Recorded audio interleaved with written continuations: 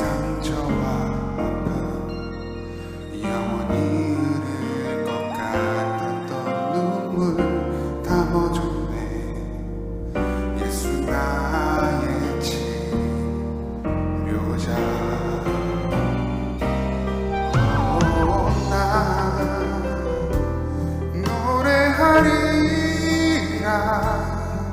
선한 나를 돌아보시 구세주를 찬양해. 하늘 닿는 곳까지 내 손 들리라. 예수 나의 치료자. 나 노래하리라. 천한 나를 돌아보시 구세주를 찬양해. 하늘 닿는 곳까지 내 손 들리라. 예수 나의 치료자.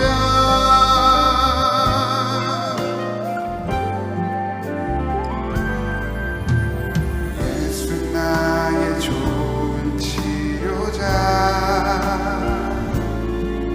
그의 손길이 닿는 곳은 나의 상처와 아픔 영원히 흐를 것 같았던 눈물 담아줬네. 예수 나의 치료자. 난 노래하리라. 천한 나를 돌아보시 구세주를 찬양해. 하늘 닿는 곳까지 내 손 들리라. 예수 나의 치료자. 어떤 어려움도 깊은 절망도 수많은 괴로움과 슬픔도 주로 인하여 모두 지워지리라. 예수 나의 치료자.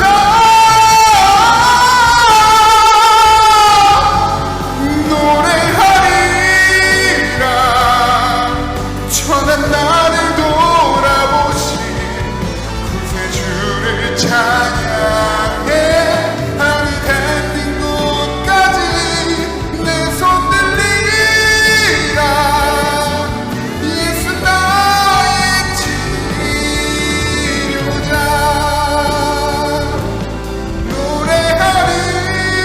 노래하리라. 천한 나를 돌아보시 구세주를 찬양해.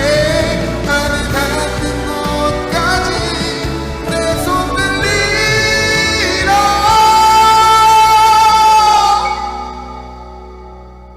예수 나의 주. 예수 나의 힘. 예수 나의 치료자.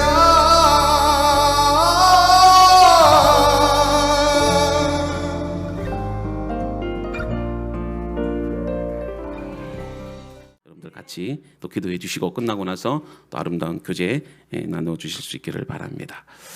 여러분, 사람은 누구나 부족하지요. 완전한 사람이라는 없습니다.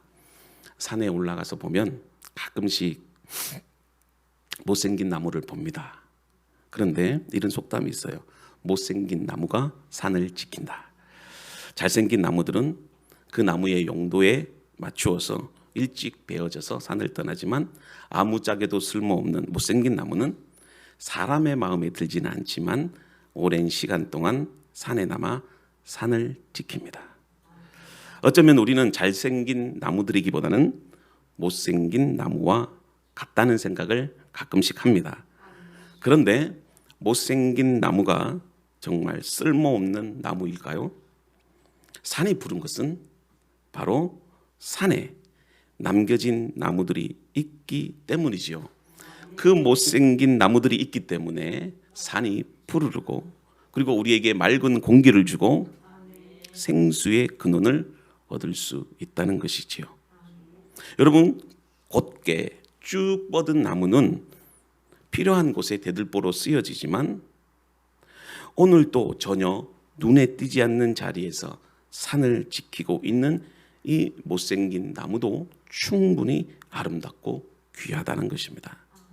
여러분, 사람들이 부족하다는 것을 거추장스럽거나 장애물이나 또 우리를 힘들게 하는 것으로 많이 생각합니다. 물론 부족하기 때문에 불편은 하지만 여러분, 부족함이 우리의 열등감을 나타내는 것은 아니라는 것입니다. 물론 이 부족함의 의미가 사전적인 의미에서는 일정한 기준이나 한도에 미치지 못하는 상태를 말하지요.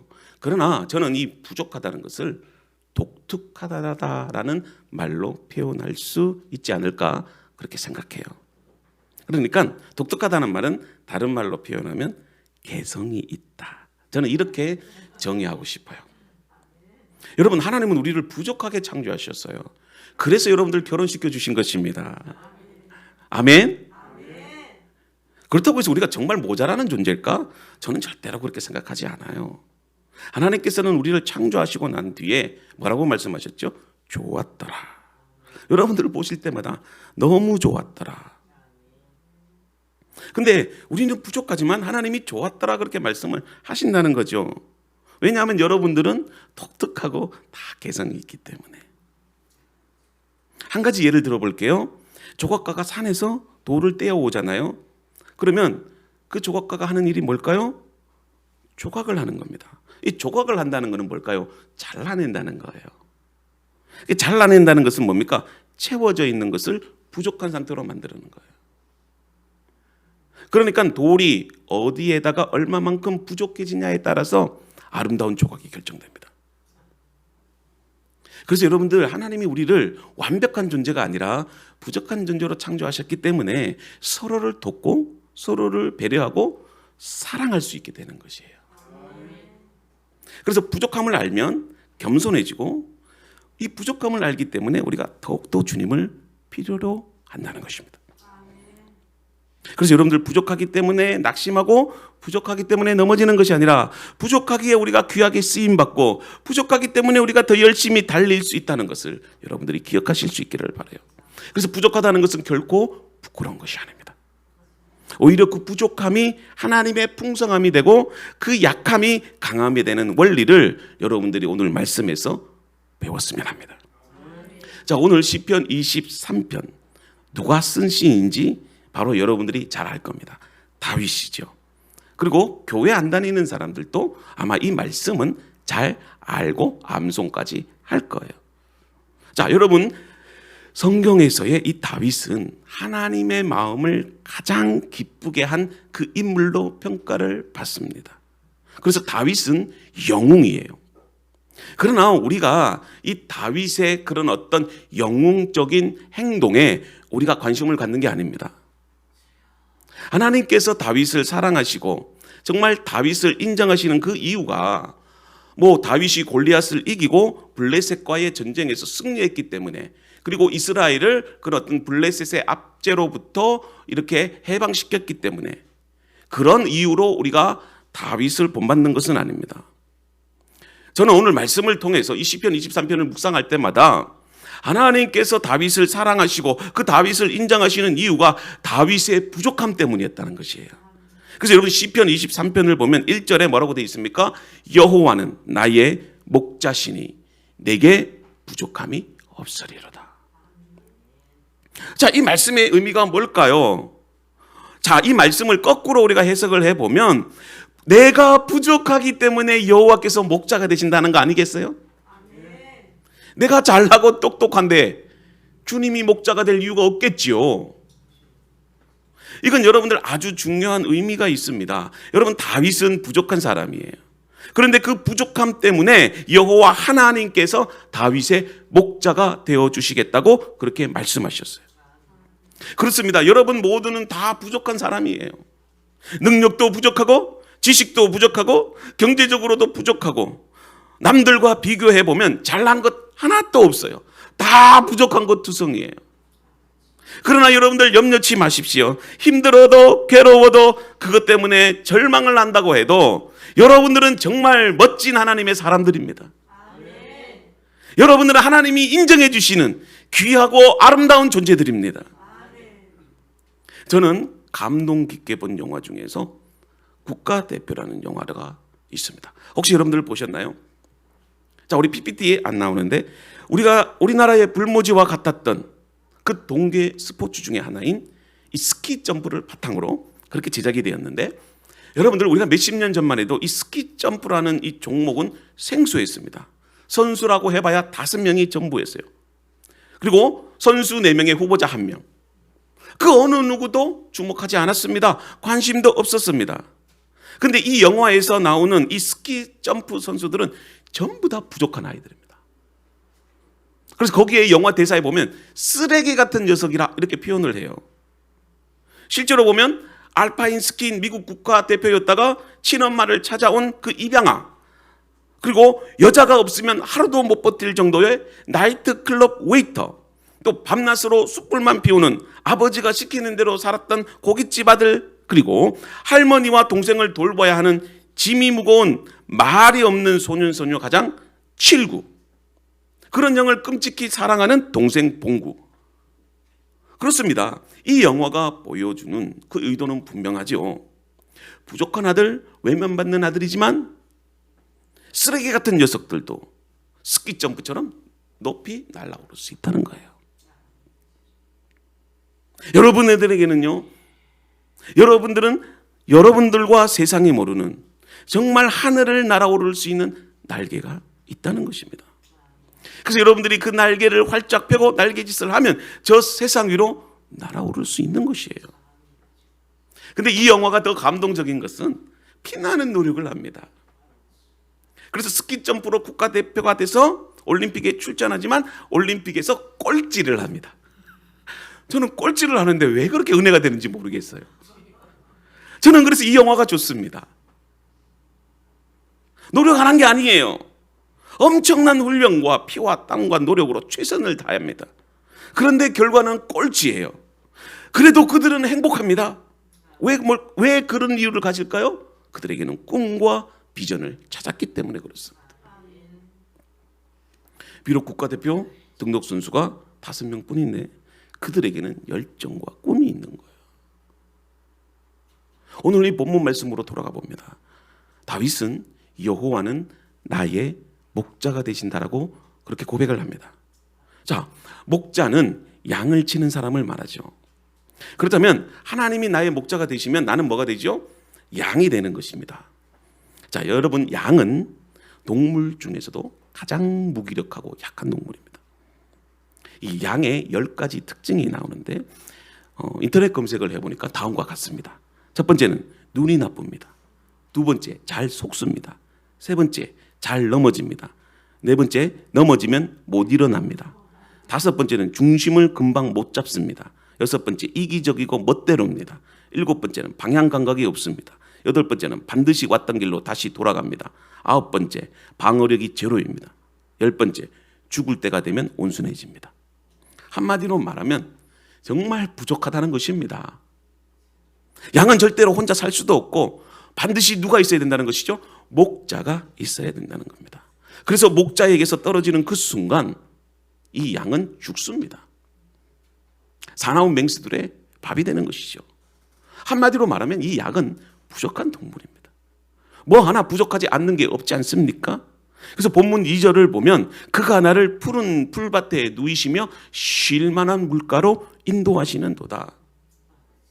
여러분, 양에게는요 자신을 보호해주고 늘 쉴 만한 물가와 푸른 초장으로 인도하여 줄 좋은 목자가 필요하다는 것이에요.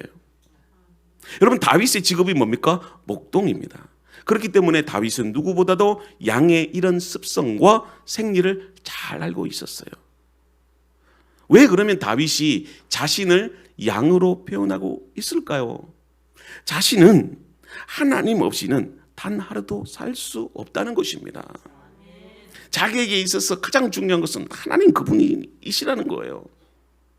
하나님이 우리와 함께 하실 때 부족함 없이 우리가 살 수 있다는 고백이지요. 그렇습니다. 다윗은 부족한 사람이었습니다. 여러분, 부족하기 때문에 우리는 하나님이 필요합니다. 다윗이 부족하지 않았다면 하나님이 필요치 않았을 거예요. 오늘날 많은 사람들은 스스로 강해지려고 합니다. 자기가 부족하다는 것을 감추려고 합니다. 완벽해지려고 합니다. 하나님 없이도 살 수 있다는 강한 사람이라고 스스로 믿습니다. 그러나 이런 사람들이 정말로 강하고 완벽한 사람들이 아닙니다. 저는 그것을 오늘 두 사람을 비교해 보면서 증명해 보겠습니다. 여러분들이 너무나도 잘 아는 사람이지요. 다윗과 골리앗입니다. 그 두 사람 중에 누가 정말 강한 사람입니까? 골리앗은 지금으로 말하면 감히 대적해 볼 수 없는 강한 자입니다. 한마디로 말해서 부족함이 없는 것이지요. 골리앗이라는 그 이름만으로도 사람들이 다 두려움을 느낀다는 것입니다. 오늘날로 말하면 힘과 권력, 그뿐만이 아니라 외모까지도 거의 완벽하죠. 그는 전쟁 영웅이었습니다. 자, 반대로 다윗은 어떤 사람입니까? 참 부족함이 많은 사람이죠. 나이도 적고 어리고 키도 작습니다. 가진 것도 아무것도 없습니다. 심지어는 아버지로부터도 그렇게 사랑받지 못했던 자식입니다. 그래서 사무엘이 기름 부음을 왕을 세우기 위해서 이새의 집에 방문했을 때 아버지는 유일하게 다윗만 제껴놓은 거예요. 그러나 그에게는 뭐가 있었습니까? 하나님이 함께 하셨다는 거예요. 자, 이제 골리앗과 담대하게 싸우러 나갑니다. 그에게는 아무것도 가진 것이 없어요. 가진 것이라고는 단 한 가지, 물맷돌과 돌멩이밖에 없습니다. 그런 이 어린 다윗이, 부족한 다윗이 그 누구도 나서지 않았던 이 골리앗과 대결을 하기 위해서 담대하게 나아갑니다. 이 싸움은 너무나도 무모하죠. 싸움이 되지 않습니다. 그렇습니다. 우리가 사는 세상이 이와 같다는 것이지요. 여러분은 모두가 다 패배자라고 생각할 겁니다. 거대한 파도와 같은 시련과 역경으로 인해서 숨이 탁 막힐 정도로 가슴이 답답할 겁니다. 경제적인 문제, 자녀 문제, 질병으로 인한 고통, 심리적인 불안감, 뭐 하나 행복한 것이 전혀 없는 것 같아요. 그럴 때 과연 우리가 무엇을 어떻게 해야 할지 잘 모르겠다라고 생각하는 사람들이 많습니다. 그런데 세상은 너무나도 골리앗과 같습니다. 도무지 상대해볼 용기조차가 나지 않습니다. 도무지 경쟁 상대도 안 되고 항상 우리보다 앞서가고 있습니다. 모든 조건을 다 따져보아도 이길 수 없는 현실, 너무나도 크게 보이는 그런 골리앗과 같은 우리의 인생의 그 문제들이 우리를 너무나도 힘들게 하지 않습니까? 그럴 때 여러분, 우리가 어디로 가야 되는 줄 아십니까? 다윗이 어디로 갔습니까? 시냇가로 갔다는 거예요. 여러분, 시냇가로 가는 게 중요합니다. 근데 시냇가로 가서 뭘 했을까요? 거기서 돌을 주운 거예요. 여러분, 시냇가로 가서 돌을 주어야 됩니다. 왜냐하면 그 작은 돌이 기적을 만들어냅니다. 돌이 있어야 돼요. 다윗은 아마 그 돌을 주우면서 뭘 했을까요? 하나님 앞에 짧은 순간이지만 기도했을 거예요. 하나님, 나에게 가진 것은 이 물맷돌과 돌밖에 없어요. 그러나 내가 잘하는 게 바로 이 물매질이에요. 내가 정말 여호와의 이름으로 나아가는데 하나님, 나를 지켜주세요. 그리고 믿음으로 담대하게 골리앗 앞으로 나아갑니다. 그리고 말도 안 되는 방식으로 이 골리앗과의 대결에서 승리하지 않습니까? 생각해 보세요. 한 번의 물매질로 골리앗의 급소를 맞출 확률이 얼마나 되겠습니까? 제가 볼 때는 가까이에서 한 것도 아닙니다. 거의 닿을 수 있는 그 거리에서 그 물매질을 한 겁니다. 그러나 다윗은 물매질을 한 게 아니라 믿음으로 돌을 던진 겁니다. 기도로 돌을 던진 거예요. 단 한 번의 물매질, 실수하면 죽는 겁니다. 근데 그 물매질에 하나님의 은혜와 섭리가 있었던 거예요. 결국 골리앗을 쓰러뜨립니다. 사랑하는 성도 여러분, 그는 늘 부족한 자로 살기를 원했어요. 이 골리앗과의 전투 이후에 이제 다윗은 민족의 영웅이 되고 하나님 앞에 쓰임받는 왕으로서 그렇게 올라갑니다. 그러나 그 자신이 그렇게 왕이 될 수 있었던 이유도 자신의 힘과 지혜와 능력으로 왕이 된 것이 아니라는 것이죠.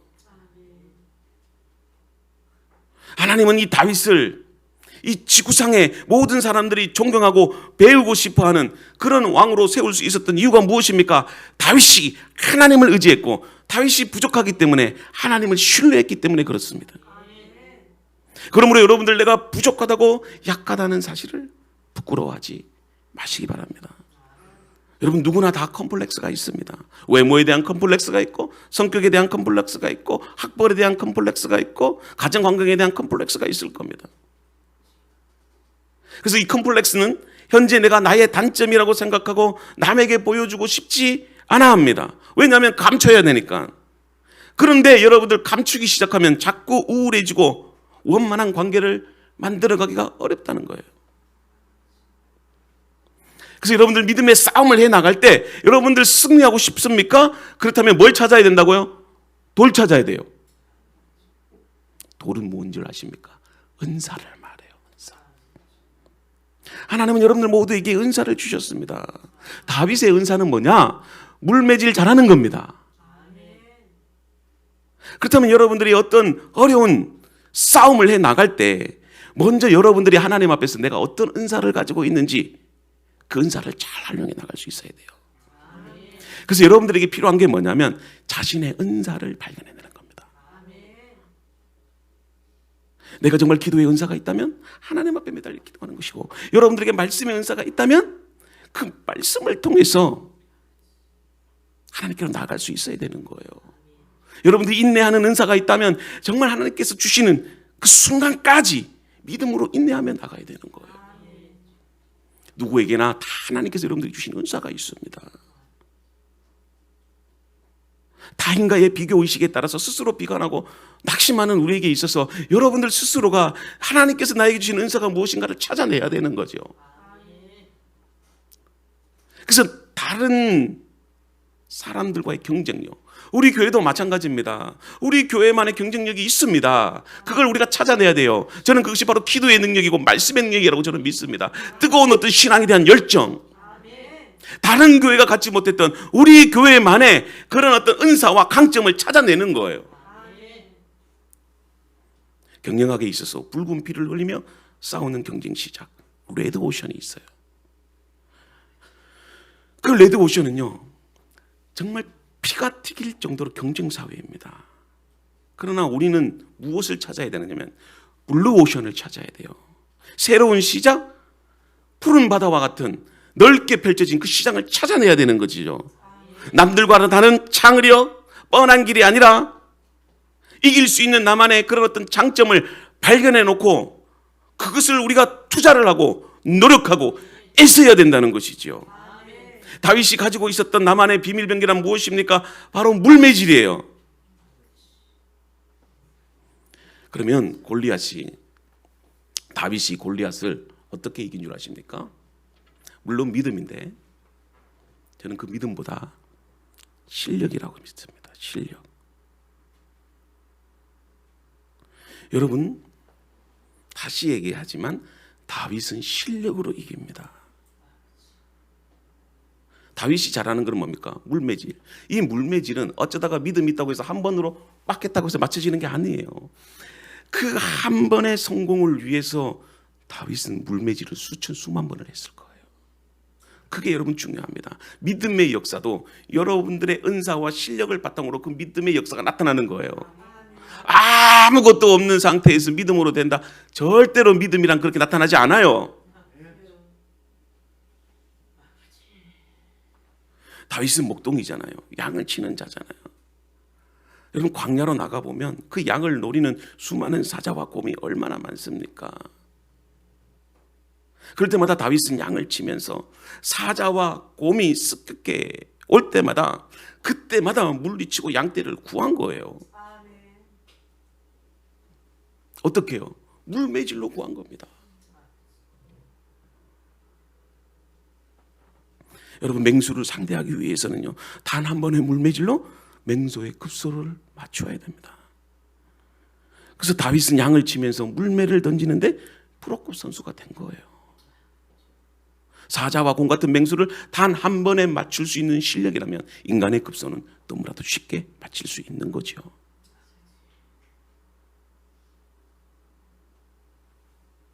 그렇습니다. 최악의 경우 싸움에 지더라도 아마도 이스라엘에 할례 받은 하나님의 자녀답게 당당하게 죽게 해달라고 아마 기도했을 거예요. 여러분, 이게 바로 믿음이고 이게 바로 우리의 기도가 되어진다는 거예요. 자, 그 결과는 어땠습니까? 하나님께서 그 다윗의 기도에 응답해 주신 거죠.